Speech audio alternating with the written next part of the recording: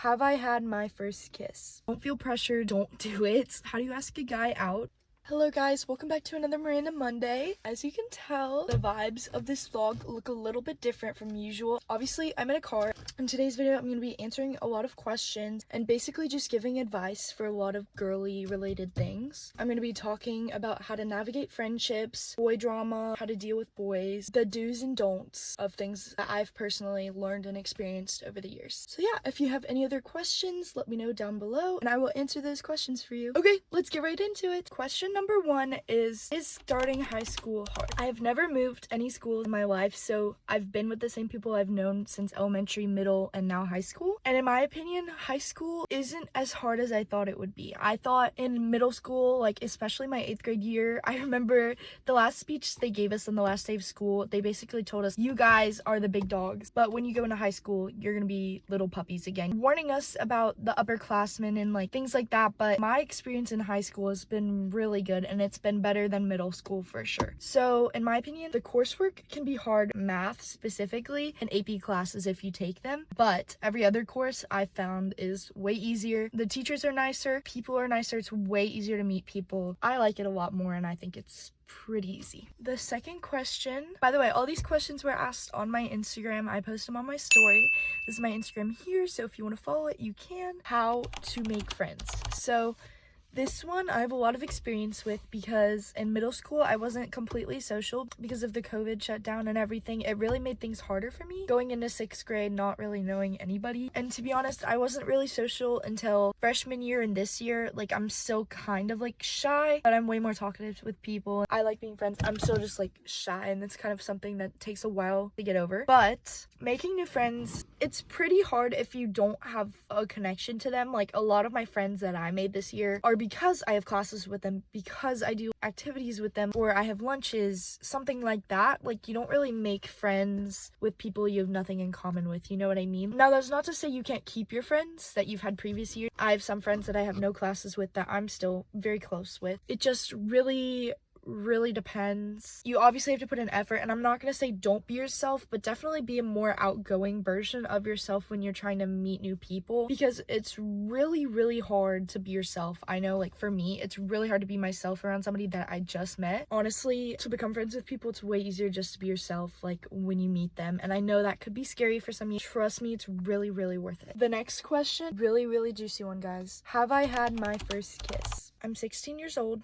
I actually haven't. I've had opportunities to, I'm not gonna lie, but I've said no both times just because I didn't feel like it was right. I don't want to waste my first kiss on something small and not like for a big moment. Like I want to save that for like boyfriend or something, not just like a random guy I meet or a guy I meet like on a cruise. Like I'm not gonna do that. So no, I haven't had my first kiss, and if I did have it, my parents would know. And it's totally okay if you're in the same boat as me or even older or a couple years younger. Don't feel pressured to waste your first kiss, because I know a bunch of people that have kissed somebody and completely regretted it. So just make sure you're okay with the choice you're making. The next question I was asked is, how do you deal with friendship breakups? Now, I recently haven't had much experience with this. Oh. Anyways, now friends come and go. A lot of people change, and that's sometimes really hard to accept. So it's been hard for me because I'm not gonna get into it. You know, I've had some friends come in and out of my life, as it does happen, and it's hard, especially like knowing like how close you were with a person, or maybe even not close. Maybe it's a relief that that person's not in your life anymore. But honestly, the only way to get over it is just distracting yourself, distancing yourself from that. Surrounding yourself with positive or good people is like the only way that you can truly be happy and content, and that's really helped me a lot. About a year ago, I took like probably a whole summer away from like being on my phone, except for like my best friend. And that was really beneficial to my mental health. Okay, the next question I've been asked is, how do you get a job? And I got my first job when I was 15. I've had it for probably 6 months now. It's been great. My money's up, you know, but I can understand, like when I was applying for jobs, it was really stressful, and I'm pretty sure you can't work until you're 14 to get your permit for it. But now that I'm 16, I can work like pretty much everywhere that doesn't have like alcohol or like specific things involved. If you're my age and you want to get a job, I encourage you, please try.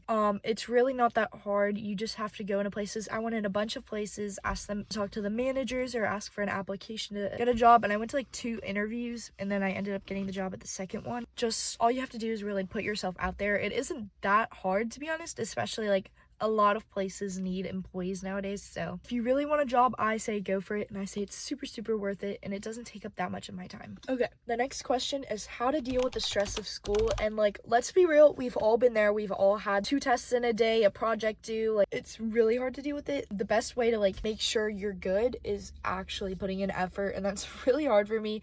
I have A's in all my classes except for math because it's really hard. I'm taking AP Pre-Calc. It's not easy, but dealing with the stress of school is really hard. Something that really helps me is keeping my room clean. That may be like really confusing to you guys, like how does it have anything to do with school? But keeping my room clean helps keep my mind clean, if that makes sense. Like, I don't know, it just helps me a lot. Get your homework done when it's assigned. Make sure you work on all your projects, study for that test. I'm not the best at studying, to be honest. I just kind of show up and hope. The next question I've been asked is how do you establish boundaries? This question can be taken in many different ways. The way I'm gonna take it is with either friendships or boys, obviously, and I think you should just lay out the expectations for what you want in that friendship, what you want with that guy.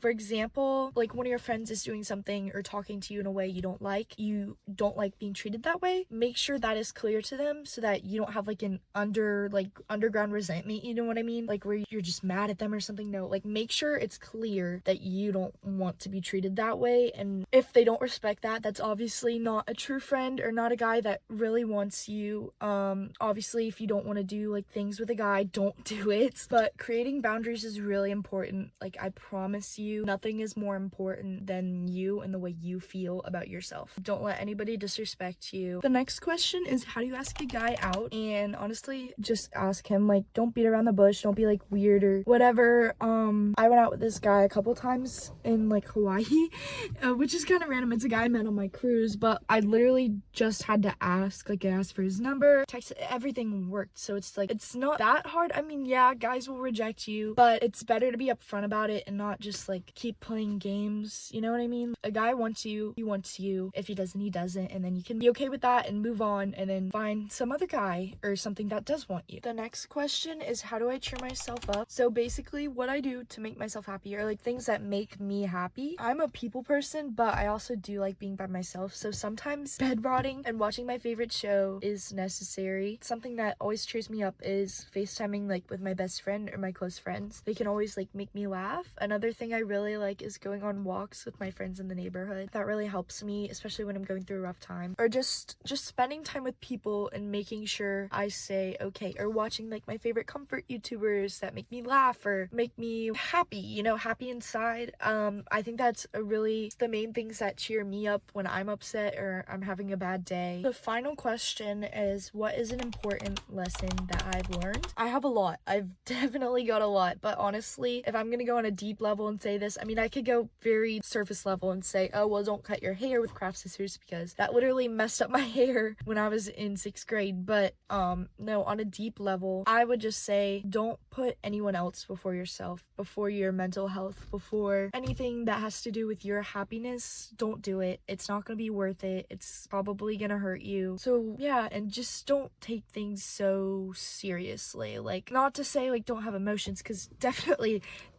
stay in touch with your emotions, but also don't like overreact to someone or let them know sometimes how much they hurt you. Sometimes silence is the best way to treat those situations. I mean, it makes me feel better. So yeah, so that was it for my little car vlog video. If you guys enjoyed this and you want to see more, make sure to let me know in the comments. Let me know if you have any questions for me that you would like to be answered, because I'm so up for it. But yeah, thank you so much for watching, and go watch my other videos. They should be right here on the screen. And yeah, I love you guys. Bye bye.